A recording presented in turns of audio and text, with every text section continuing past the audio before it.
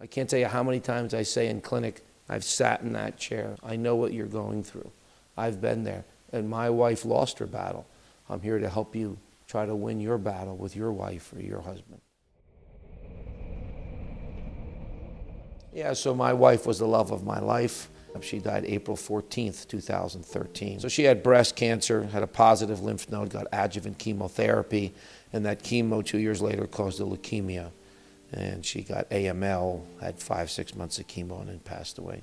I think having the humility and the helplessness of watching your wife die and realize that you can't do anything but hold her hand and pray for her and not give her what the hell she needed to get better. It's eviscerating. That makes you more humble. That makes you more human. And you can relate to your patients better. I can't tell you how many times I say in clinic, I've sat in that chair. I know what you're going through. I've been there. And my wife lost her battle. I'm here to help you try to win your battle with your wife or your husband. So it's made me more connected to my patients. It's made me more human and less robotic. I was, given nicknames. I was a robot, that I could do all these operations emotionlessly. I had a lot of emotions, but it's made me, I think, more real and more relatable to more and more people.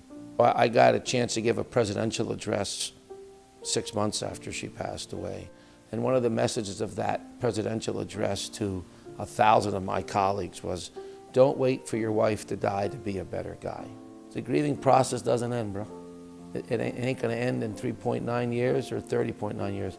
It's a scar or it's a scab that's wide open and pouring blood out for you right now. And slowly it'll close, but there's always gonna be something there. There's always gonna be a scar. At the very least, it'll be a line that's healed, but it's not perfectly healed. It'll never be healed. We all grieve in different ways. There's no right or wrong. And the truth is, she died on a Saturday.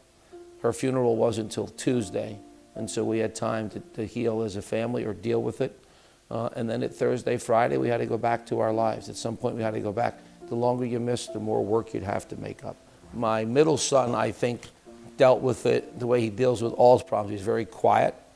He doesn't talk a lot about how he feels. He doesn't want to do that.